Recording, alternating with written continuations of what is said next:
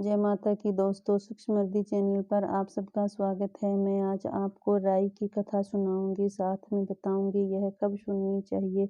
आप मेरे चैनल पर मेरे साथ अंत तक बने रहिएगा। यह कथा आप कार्तिक के महीने, वैशाख में, श्रावण में और मकर संक्रांति से भी शुरू करके सुन सकते हो। यह कथा आप 7 दिन, 21 दिन, 51 दिन आप नियम लेकर अपनी इच्छा से आप चाहे जितने दिन भी सुन सकते हो। आप चाहे तो 1 वर्ष तक भी इस कथा का नियम लेकर सुन सकते हो।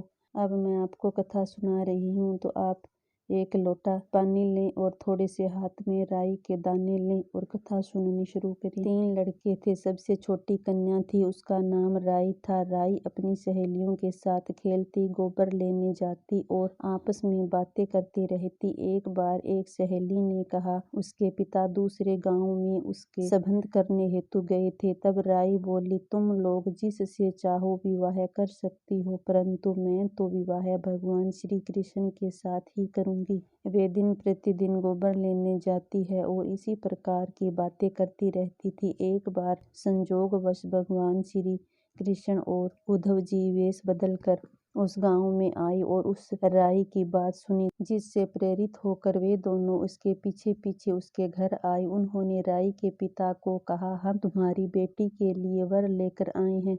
उसके पिता ने श्री कृष्ण का रूप देखकर बेटी का विवाह उससे कर दिया। भगवान वहां 15 दिनों तक रुककर यह कहकर चले गए कि उसे गाजे बाजे के साथ लेकर जाएंगे। भगवान अपने धाम में 16,000 रानियों के बीच में रहते हुए उस राई को भूल गए। इधर राई को प्रतिदिन राह देखते हुए 5, 10 और 20 वर्ष गुजर गए, मगर प्रभु नहीं आए। इसी प्रकार 40 वर्ष बीत गए और राई की जवानी बुढ़ापे में बदल गई। सिर के केस सफेद हो गए, दांत गिरने लगे, चेहरे पर झुर्रियां दिखाई देने लगी। भाई भतीजे बड़े हो चुके थे। एक दिन राई बोली, भैया मुझे गंगा नहाना है और 4 पहरों का पाप धोना है। भाई उसको गंगा जी लेकर गए। वहां पंडित से पिंडदान करने को कहा। पंडित ने तांबे का कलश तैयार करके कृष्ण का नाम से पिंडदान करवाया। राई के हाथ में दिया कि इसे गंगा जी में बहा दो। जब राई ने कलश गंगा जी में रखा तो कलश खिलखिलाकर हंसने लगा और बैकुंठ जाकर भगवान के सीने में प्रहार किया,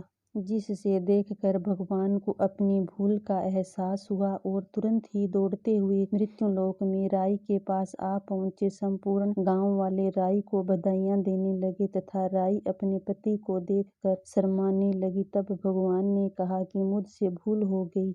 इसके बाद भगवान ने उसका स्पर्श किया तो राई को दिव्य देह प्राप्त हो गई, जिसे देखकर भगवान बोले, हे राई, तुम्हारा लेखा जोखा हर धर्म में रहेगा और जो कोई राई की कथा कहेगा वह सुनेगा, वह मेरे धर्म को प्राप्त करेगा।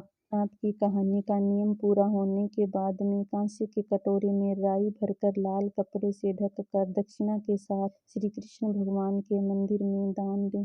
मेरी छोटी सी वीडियो पसंद आई होगी तो आप मेरे चैनल को सब्सक्राइब करें और शेयर करें, साथ में बेल आइकन को दबाएं, जिससे मेरी हर नई वीडियो की नोटिफिकेशन आपके पास सबसे पहले पहुंच सके। Thank you.